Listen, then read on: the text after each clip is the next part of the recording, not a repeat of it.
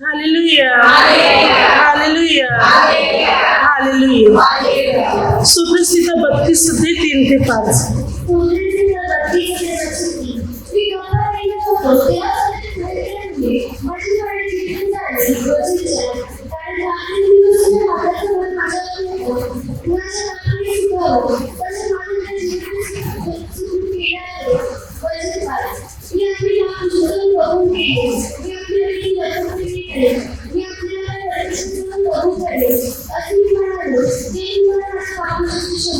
Hallelujah, hallelujah, hallelujah. वचन सुनेबा दावीद काय म्हणतो? मी गप्प राहिल्यामुळे सतत कणल्यामुळे माझ्या हाडे जीर्ण झाले. रात्रंदिवस तुझा हाताचा भार माझ्यावर होता. उन्हाच्या तापाने सुकावा तसा माझ्यातला जिवंत सुकून गेलाय. मी आपले पाप तुझ्याजवळ कबूल केले. मी आपले अनिती लपून ठेवलेले मी आपल्या प्रात परमेश्वराजवळ कबूल करेल असे मी म्हणालो. तेव्हा तू मला माझ्या पापदोषांची क्षमा केलीस. दावीद म्हणतो, जोपर्यंत मी पाप कबूल केले नव्हते, पाप जोपर्यंत माझ्या जीवनात होते, तोपर्यंत ते पाप मला टोचत होते, मला त्रास देत होते. या पापाचा भार माझ्यावर होता. उन्हामध्ये झाडं सुकतात त्या प्रकारे मी सुकून गेलो होतो. उन्हाच्या तापाने जसं काही सर्व सुकते तसं पापाच्या तापाने मात्र मी सुकलेलो होतो. या पापामुळे माझ्यातला जीवनरस सुकून गेला होता. पापामुळे मी कमजोर आणि दुर्बल झालो होतो. माझी हाडे जीर्ण झाली होती. परंतु जेव्हा मी माझे पापे कबूल केले, परमेश्वरापुढे मी माझ्या पापदोषांची क्षमा मागितली, तेव्हा परमेश्वराने मला माझ्या पापांची क्षमा केली. मग बायबल काय सांगते? दावीद म्हणतो, जोपर्यंत पाप माझ्या जीवनात आहे तोपर्यंत ते पाप मला टोचते, मला त्रास देते, मला इजा पोचवते, माझ्यामध्ये बंधने निर्माण करते. परंतु जेव्हा मी पाप कबूल केले, मी या सर्व बंधनातून आजाद झालो. माझी बंधने तुटली गेली. देवाने मला माझ्या पापदोषांची क्षमा केली. मला माझ्या पापातून पूर्ण रीतीने मुक्त केले. आपण प्रभू येशूमध्ये जीवन जगत आहोत. प्रभूमध्ये विश्वासू नात्याने आपण जीवन जगत आहोत. तर प्रभूमध्ये विश्वासू नात्याने जीवन जगत असताना आपलं जीवन, आपलं चरित्र प्रभू येशूमध्ये कसं असावं? तर आपल्या जीवनामध्ये कोणत्याही प्रकारचं पाप नसावं. कारण जर ती पाप आपल्या जीवनात आहे तर ती पाप सतत नेहमी आपल्याला टोचत राहणार, आपल्याला त्रास देत राहणार, आपलं मन खात राहणार, आपल्याला इजा पोचवत राहणार. काही ना काही समस्या, निराशा आपल्या शरीरामध्ये तयार करत राहणार. फक्त आपल्या शरीरातच नाही तर आपल्या कुटुंबामध्ये किंवा आपल्या कुटुंबातल्या इतर व्यक्तीमध्ये, आपल्या व्यवसायामध्ये, आपल्या घरात किंवा आपल्या परिचयाचे किंवा आपल्यासाठी खास असलेल्या व्यक्तीमध्ये सर्वांमध्ये काही ना काही अडथळे निर्माण करत राहणारे पाप.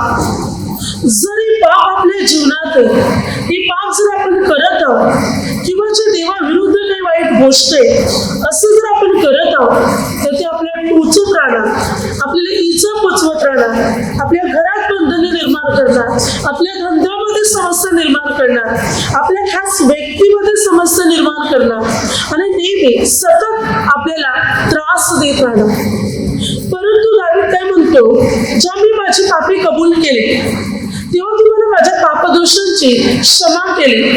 म्हणजे जेव्हा मनुष्य आपली चूक, आपले पाप आपल्या जीवनातून काढून टाकतो तेव्हा परमेश्वर त्याला क्षमा करतो, त्या दोषातून मुक्त करतो. मग आलेली पीडा, आलेली संकटे किंवा आलेल्या समस्या त्याच्या जीवनातून पूर्ण रीतीने दूर व्हायला सुरुवात होतात. सर्व अडथळे दूर व्हायला सुरुवात होतात. सर्व समस्या दूर व्हायला सुरुवात होतात. कारण जोपर्यंत ही चूक आपण काढत नाही तोपर्यंत अनेक संकटे ही चूक आपल्या जीवनात निर्माण करते. हे पाप आपल्या जीवनामध्ये अनेक अडथळे निर्माण करत असते, अनेक समस्या आपल्या जीवनामध्ये निर्माण करत असते. जसं की एक इतिहास 21 अध्याय दावीदाने इस्रायल लोकांची गणना केली. देव पित्याला न विचारता दावीद कोणती गोष्ट करायची असेल तर परमेश्वर पित्याला विचारून करत होता. परंतु यावेळी त्याच्यामध्ये अहंकार आला होता, गर्व आला होता. सैतानाने दावीदाला प्रवृत्त केलं होतं. त्यामुळे दावीदाने स्वतःहून इस्रायल लोकांची गणना करण्याचा आदेश दिला. योआबाने दावीदाला समजावण्याचा प्रयत्न केला, पण दावीद कोणाचंच ऐकायला तयार नव्हता. दावीदाने म्हटलं, जा इस्रायल लोकांची गणना कर. दावीदाने ही आज्ञा तर दिली. इस्रायल लोकांची, यहुदी लोकांची गणना व्हायला सुरुवात झाली. ही सर्व गणना केल्यानंतर योआब दावीदाकडे आला. पण दावीदाच्या चुकीमुळे परमेश्वराचा क्रोध भडकला आणि त्यामुळे इस्रायल लोकात मरी पसरली. संपूर्ण इस्रायल लोकांमध्ये मरी पसरली गेली. चूक दावीदाने केली होती. या चुकीचा परिणाम दावीदाच्या मात्र सर्व आसपासच्या लोकांवर, दावीदाच्या प्रजेवर, इस्रायल लोकांवर त्याचा परिणाम झाला. दावीदाच्या चुकीचा परिणाम अगदी त्याच्या संपूर्ण प्रजेवर झाला. देवाचा क्रोध भडकलेला होता. दावीदाच्या चुकीमुळे 70,000 लोक बली पडले होते, मरीने मरण पावले होते. दावीदाच्या चुकीमुळे दावीदाने पाहिलं प्रजेचा नाश होते, प्रजा मरत चाललेली आहे. दावीदाला राहवलं नाही. दावीद पश्चाताप करू लागला. देवाला म्हणत आहे, देवा मला क्षमा कर, हे पाप मी केले, हा अधर्म मी केले, ही चूक मी केले. या मेंढराने काय केलं? दावीदाने दुसऱ्यांदा तर देवाला यत्न केला आणि परमेश्वर पित्याने तू त्याला आज्ञा केली, तू त्याला तलवार मायनात घेतली. अनेक वेळा आपण चूक करतो, वाईट करतो, पाप करतो, परंतु त्याचा परिणाम आपल्या जीवनावर, शरीरावर, कुटुंबावर, आपल्या खास लोकांवर, आपल्या व्यवसायावर, अनेक गोष्टीवर त्याचा परिणाम होऊ शकतो. आपण जेव्हा देवाच्या विरुद्ध काही वाईट करतो, काही चुकीचं करतो, काही पाप करतो, त्याचा परिणाम अनेक व्यक्तीवर होऊ शकतो. याचा आपण विचार सुद्धा करत नाही. आपण जेव्हा सत्कृती करतो ना, देवाचे नियम पाळतो, आज्ञा पाळतो, सेवा करतो, तेव्हा त्याचा आश्रय फक्त आपल्यालाच नाही, आपल्या घराला, आपल्या कुटुंबाला, आपल्या व्यवसायाला पण मिळतो. तसंच आहे, जेव्हा आपण कुठेतरी एखादी वाईट गोष्ट करतो, चुकीची गोष्ट करतो, परमेश्वराच्या विरुद्ध आपण वागतो, तेव्हा त्याचा परिणाम आपल्या कुटुंबावर, आपल्या घरावर, आपल्या व्यवसायावर, आपल्या खास लोकांवर त्याचा वाईट परिणाम व्हायला सुरुवात होतो. म्हणून बायबल सांगते, या चुका जेव्हा आपण कबूल करतो, हे दोष आपण कबूल करतो, तेव्हा परमेश्वर आपल्याला क्षमा करतो आणि आलेल्या साऱ्या पीडा, आलेली सर्व संकटे परमेश्वर पिता दूर करतो. योशुआ 7 अध्यायामध्ये आखान, परमेश्वर पिताने 6 अध्यायामध्ये काय म्हटलं होतं? योशुआ 7 अध्याय की यरीहोचा नाश करते वेळी जी संपत्ती, जे धन, ज्या वस्तू असतील त्या परमेश्वर पित्याने म्हटलं होतं की मला समर्पित म्हणून त्या वस्तू ठेवा. त्याला कुणी हात लावायचं नाही, त्या वस्तू कोणी घ्यायच्या नाही, कारण त्या समर्पित केलेल्या आहेत. परंतु योशुआ 7 अध्यायामध्ये आखान नावाच्या मनुष्याने त्या समर्पित वस्तूची चोरी केली. त्याच्यातला एक सोन्याचा झकास, त्याच्यातला एक सिनारी जगा, सोन्याची वीट आणि काही थोडे सोने रुपये ती त्याने चोरी केले आणि आपल्या डेऱ्यामध्ये नेऊन लपून ठेवले. त्यावेळी इस्रायल लोक आय नगरावर चढाई करून गेले होते, परंतु इस्रायल लोकांना आय नगरापुढे पलायन करावं लागलं. एवढंच नाही तर इस्रायलातले 36 लोक मरण पावले. किंवा योशुआ परमेश्वर पुढे पालथा पडला, वडील लोक देवापुढे पालथे पडले. योशुआ देवाला काय म्हणतो, प्रभू असं का झालं? शत्रू पुढे आम्हाला पलायन करावं लागलेलं आहे. आणि ही गोष्ट जेव्हा इतरांना कळेल तू ती काय म्हणती, तेव्हा परमेश्वर पित्याने योशुआस म्हटले, उठ, असा पालथा काय पडलास? इस्रायलाने माझ्या विरुद्ध पाप केलेले. आता पाप कोणी केलं होतं? आखानाने. देव तिथे काय म्हणत आहे? इस्रायलाने माझ्या विरुद्ध पातक केलेले, पाप केलेले, माझ्या समर्पित वस्तू बाबतीत चोरी आणि लबाडी केलेली. उठ, लोकांची झडती घे. देवाला माहिती आहे आखानाने कर्म केलेले, आखानाच्या चुकीमुळे सर्व इस्रायल लोकांवर देवाचा क्रोध भडकलेला होता. आखानाच्या चुकीमुळे इस्रायलातले 36 लोक मरण पावले होते. पुढे पहा काय झालं. देवपिता योशुआला म्हणतो, सर्व लोकांची झडती घे. ज्या कुणाकडे त्या वस्तू सापडतील त्या वस्तू आणि त्या व्यक्तीला आणि त्याच्या सर्वस्वाला, त्याच्या सर्वस्वाला बाहेर काढ, जाळून टाक, मारून टाक, दगडमार कर, दगडाची रास कर. तेव्हा मात्र योशुआ पहाटे उठला. त्यांनी लोकांची झडती घ्यायला सुरुवात केली आणि योशुआ लोकांची झडती घेत असताना बायबल काय सांगते पहा. वचन सांगते, यहुदा कुल पकडले गेले. जेव्हा तो सर्व फुलांची झडती घेत होता त्या बायबल सांगते यहुदा कुल पकडले गेले. यहुदा कुलाची सर्व घराणे समोर आणली. त्या घराणे पकडत असताना जेरह कुल पकडलं गेलं. अगोदर यहुदा वंश पकडला गेला, नंतर यहुदा वंशातला जेरह कुल पकडलं गेलं. जेरह कुल समोर आणल्यानंतर जब्दीचे घराणे पकडले गेले. जब्दीच्या घराण्यातल्या सर्व माणसांना पुढे आणल्यानंतर आखान नावाचा मनुष्य पकडला गेला. योशुआने आखानाला म्हटलं, आखान मला सांग, माझ्या मुला मला सांग, तू काय केलंस? त्याने म्हटलं, मला समर्पित वस्तूचा लोभ सुटला. मी त्या चोरी केल्या आणि आपल्या डेऱ्यात नेऊन लपून ठेवलेल्या आहेत. योशुआने माणसे पाठवली आणि त्या वस्तू काढून घेतल्या आणि त्या वस्तू आखानाची मुलं बालं, आखानाची धनसंपत्ती, आखानाचं जे काही होतं हे सर्व आकोरणाच्या खिंडीत नेले आणि त्यांना दगडमार केला, मारून टाकले, जाळून टाकले, त्यांच्या दगडाची रास केली. आणि त्या ठिकाणाचं नाव पडलं आकोर, म्हणजे त्रास देणारी खिंड. तर योशुआने म्हटलं, तू आम्हाला त्रास दिलेला आहे. बघा आखानामुळे तिथे काय काय घडलं गेलं. आखानाने देवाच्या समर्पित वस्तूची चोरी केली. त्याचा परिणाम इतका भयंकर रीतीने झाला. आखानामुळे संपूर्ण इस्रायल लोकांवर देवाचा कोप भडकलेला होता. आखानामुळे 36 लोक मेले होते.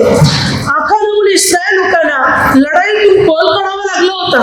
भरपूर नुकसान झाली होती. आखानामुळे मात्र फक्त आखानाच मेला नाही, त्याची मुलं, त्याचं धनसंपत्ती, सर्व गुरढोर जे काय होतं सर्व नष्ट झालं. बघा, एक चूक चोरी केली होती, एक चूक त्याला किती महागात पडत. आपलं कुटुंब, आपलं जे काय होतं सर्व नष्ट करून बसला आखान. आणि देवाने त्याला संधी दिली होती. देवाला माहिती होती का आखानने केले, माहीत असूनही देवाने योशुआला आखानचं नाव सांगितलं नाही. देवपित्याने योशुआला म्हटलं, लोकांची झडती घे. देवाने विचार केला, एवढ्या लोकांची झडती घेत असताना आखान स्वतः येईल, आपली चूक कबूल करेल आणि मग मी त्याला क्षमा करेल. पण नाही, अगोदर वंशाची झडती, कुलाची झडती, घराण्याची झडती, माणसाची झडती. जेव्हा त्याला पकडलं तेव्हा त्याने सांगितलं, स्वतःहून पाप कबूल केलं नाही, म्हणून त्याला क्षमा मिळाली नाही. त्याला त्याच्या सर्वस्वाला मारून टाकलं, जाळून टाकलं, दगडाची रास केली. त्या एकाच्या चुकीमुळे किती परिणाम वाईट झाला पहा. त्या चुकीमुळे किती लोकांवर देवाचा क्रोध भडकलेला होता पहा. आपण देवाविरुद्ध काहीतरी चूक करतो, पाप करतो, अपराध करतो, पण त्याचा परिणाम आपल्या कुटुंबावर, आपल्या घराण्यावर, आपल्या व्यवसायावर, आपल्या लोकांवर, आपल्या गावावर, आपल्या देशावर सुद्धा होऊ शकतो. याचा आपण थोडासा पण विचार करत नाही. आपण देवाच्या विरुद्ध पाप, चुका, वाईट करत जातो आणि मग अनेक संकटांना आमंत्रण करत असतो. अनेक समस्यांना, दुःखांना, आजारांना आणि पीडांना आपण बोलावित असतो आपल्या चुकामुळे. पण जेव्हा आपण ती कबूल करतो, जेव्हा आपण आपले दोष, आपल्या चुका आपण जेव्हा कबूल करतो, तेव्हा त्याच्यातून आपण पूर्ण रीतीने मुक्त केले जातो. जेव्हा आपण आपल्या चुका कबूल करतो तेव्हा देव आपल्याला काय करतो, तर आपल्याला क्षमा करतो. आपल्या पापांची, आपल्या चुकांची प्रभू आपल्याला क्षमा करत असतो, जेव्हा आपण ती कबूल करतो. पहा, 9:9 एज्रा याजक लोकांच्या पापाबद्दल पश्चाताप करत होता. तेव्हा सर्व लोकांनी आपली पापे कबूल करायला सुरुवात केली. 3 तास इस्रायल लोक आपली पापे कबूल करत होते. त्याने आपल्या जीवनात सुधारणा पण या इस्रायल लोकांनी घडून आणल्या. एज्रा या सर्व लोकांसाठी पश्चाताप करत होता आणि अशा मुले या सर्व लोकांना त्यांच्या चुकांची, त्यांच्या पापांची क्षमा मिळाली. यांच्या पापामुळे यांना 70 वर्ष बंदिवान राहावं लागलं होतं इस्रायल लोकांना.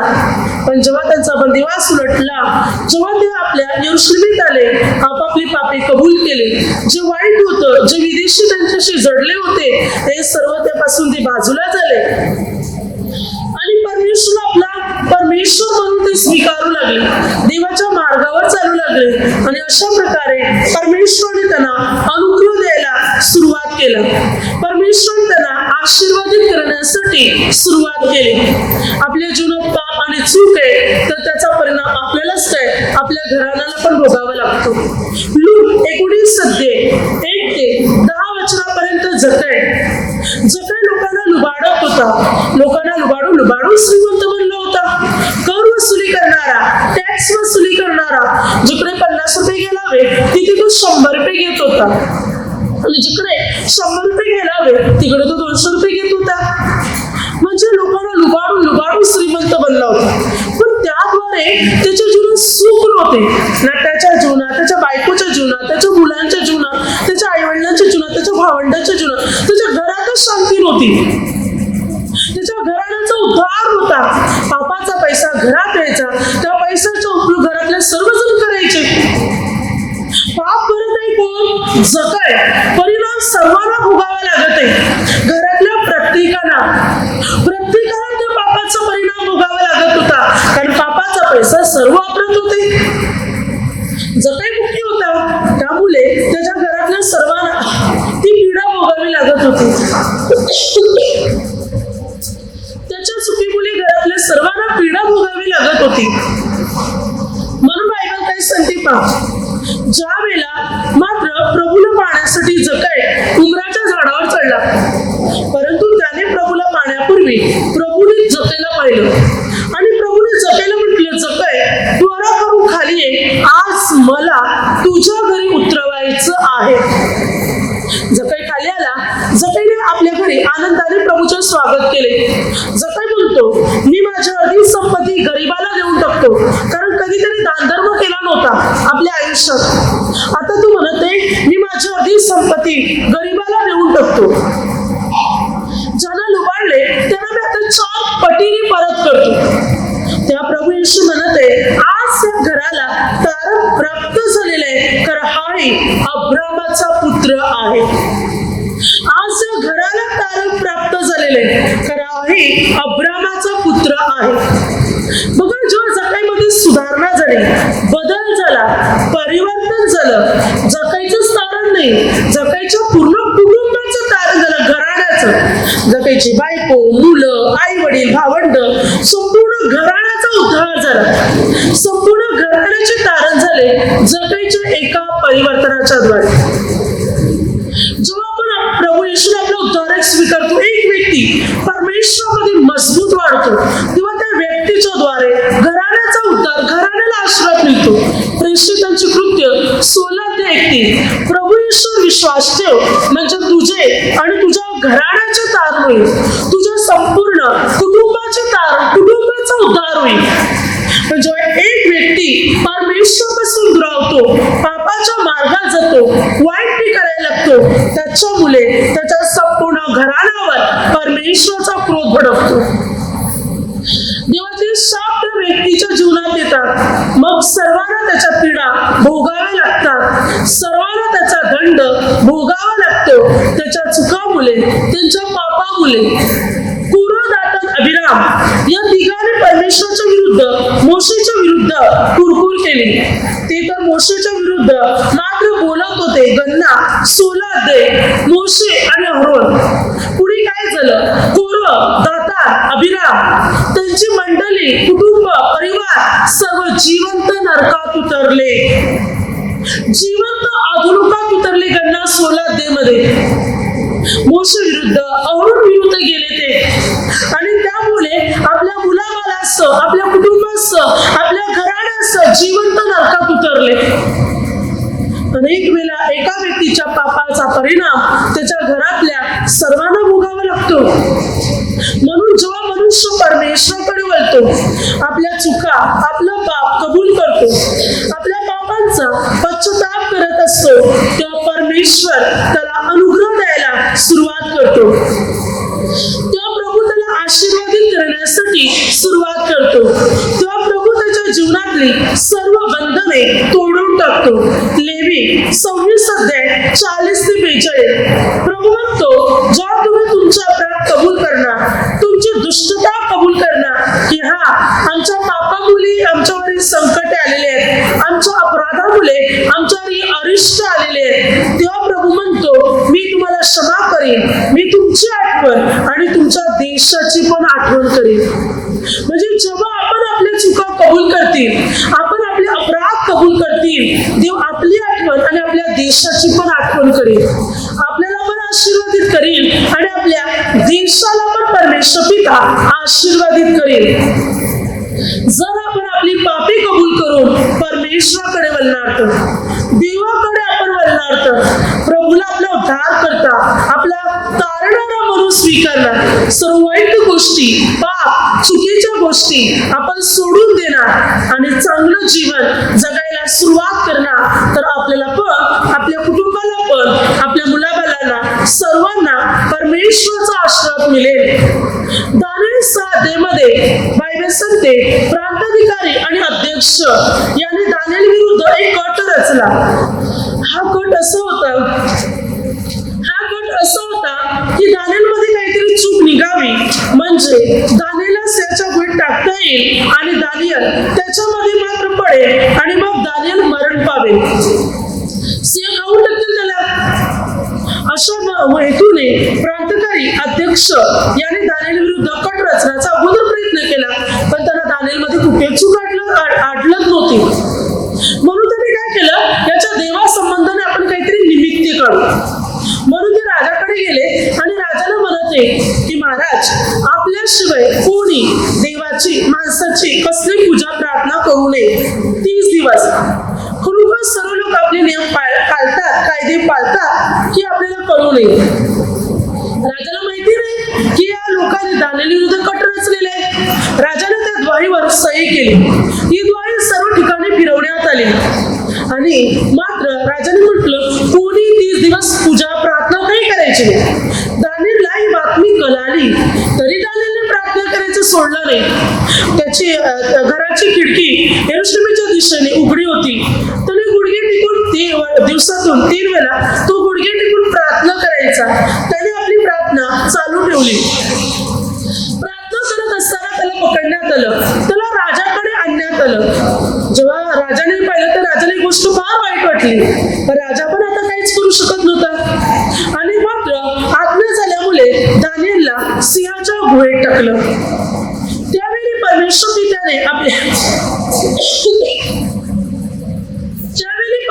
पित्याने आपल्या दिव्य दूताला पाठवलं आणि दिव्य दूताने या सिंहाचे तोंडे बंद केले. राजाची झोप उडाली होती. राजाला माहिती नाही काय झालं असेल ते.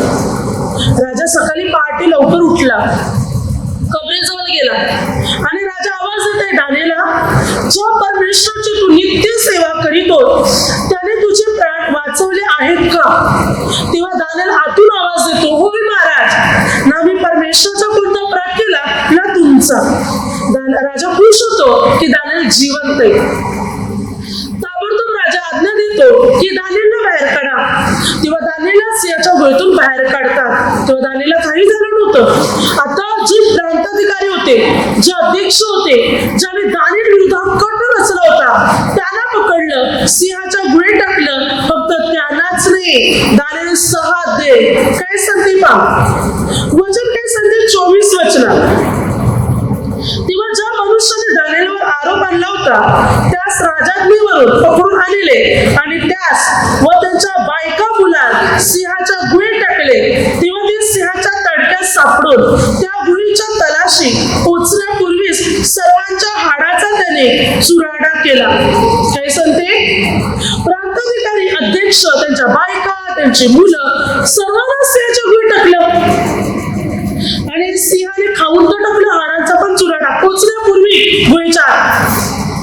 सर्वांना खाऊन टाकलं.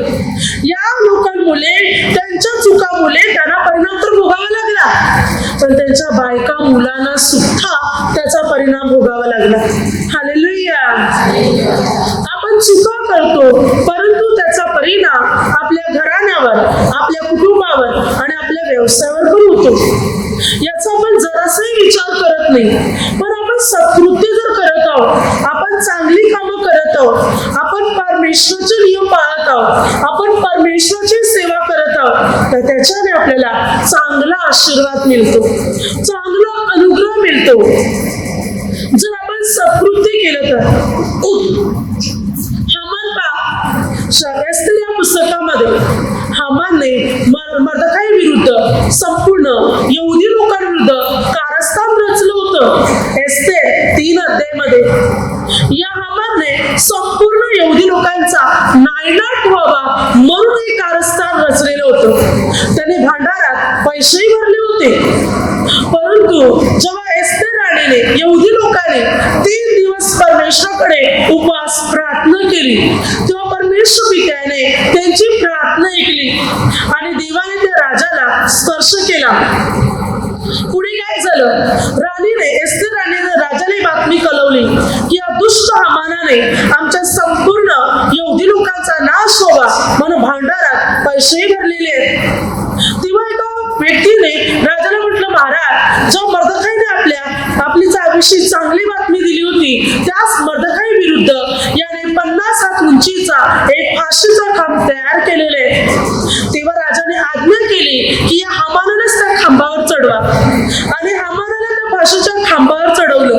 हामानाची मुलगी मारून टाकले. हामानाच्या मुलांना पण 10 मुलांना पण मारून टाकलं. हामानाच्या घराण्याचा नाश केला. हामानाचे धन संपत्ती घर सर्व त्याच्याकडून काढून घेतलं. हे सर्व एस्तेरला दिलं आणि एस्तेरने मर्दखाईला दिलं. बघा, हामानाच्या चुकीमुळे हामानाला तर फास दिला, पण त्याची मुलं बाला, त्याचं जीव होतं, हे सर्व नष्ट करण्यात आलं, त्यांना मारून टाकण्यात आलं. हामानाच्या चुकीचा परिणाम त्याच्या कुटुंबालाही भोगावा लागला आणि यहुदी लोकांचा विजय झाला, मर्दखाईचा विजय झाला. बघा, जो मनुष्य चांगलं सत्कृत्य करतो, परमेश्वर त्याला, त्याच्या कुटुंबाला आशीर्वादित करतो. जो देवाकडे वळतो, आपल्या चुका कबूल करतो, पाप कबूल करतो, देव त्याला क्षमा करतो. पण जो पापाच्या बंधनातच राहतो, तो त्या पापाचा परिणाम नेहमी भोगत असतो. तोही भोगतो, त्याचे कुटुंब, त्याचे लोक, त्याचे खास जे असतात, सर्व त्याला पीडा भोगावी लागते. जसं की अहाब राजाच्या चुकीमुळे, इस्बेलच्या चुकीमुळे अहाब राजाचा तर लढाईत वध झाला. त्याची बायको इस्बेल, हिला कुत्रीने खाऊन टाकलं. अहाबाचे 70 पुत्र 2 राजा 10 अध्याय. एका दिवशी त्यांची एका खडकात कत्तल केली, धडा वेगळी त्यांची डोकी केली. एकाच दिवशी 70 मुलांना, पुत्रांना, म्हणजे मुलांना, नातूंड जीव ते सर्वांना मारून टाकलं. अहाबाची इष्टमित्र, नातेवाईक, जवळचे अपत्य जेवढं ते सर्वांना नष्ट केलं. अहाबाच्या घराण्यातला एक पण राहिला नाही. देवाने अहाबाचं घराणं नामशेष करून टाकलं, कारण त्याने परमेश्वराच्या विरुद्ध पाप केलं होतं म्हणून. संपूर्ण घराण्याचा, कुटुंबाचा नाश झाला. यरोबाम राजा, बादशाह राजा आणि अहाब राजा, या तिन्ही राजांचा देवाने नाश केला. त्यांच्या कुटुंबांचा, त्यांच्या घराण्याचा, त्यांच्या मुलाबाला सर्वांना, कारण त्याने देवाविरुद्ध पाप केलं होतं. आपण चुका करतो, वाईट करतो, पण त्याचा परिणाम आपल्या घरातल्या सर्वांना भोगावा लागतो. परंतु जर आपण देवाचे नियम पाळला, देवाच्या आज्ञा पाळला, देवाच्या वचनाप्रमाणे चालला, तर त्याचा आशीर्वाद फक्त आपल्यालाच नाही, आपल्या कुटुंबाला, आपल्या मुलाबाळांना, आपल्या साऱ्या घराण्याला त्याचा आशीर्वाद मिळेल.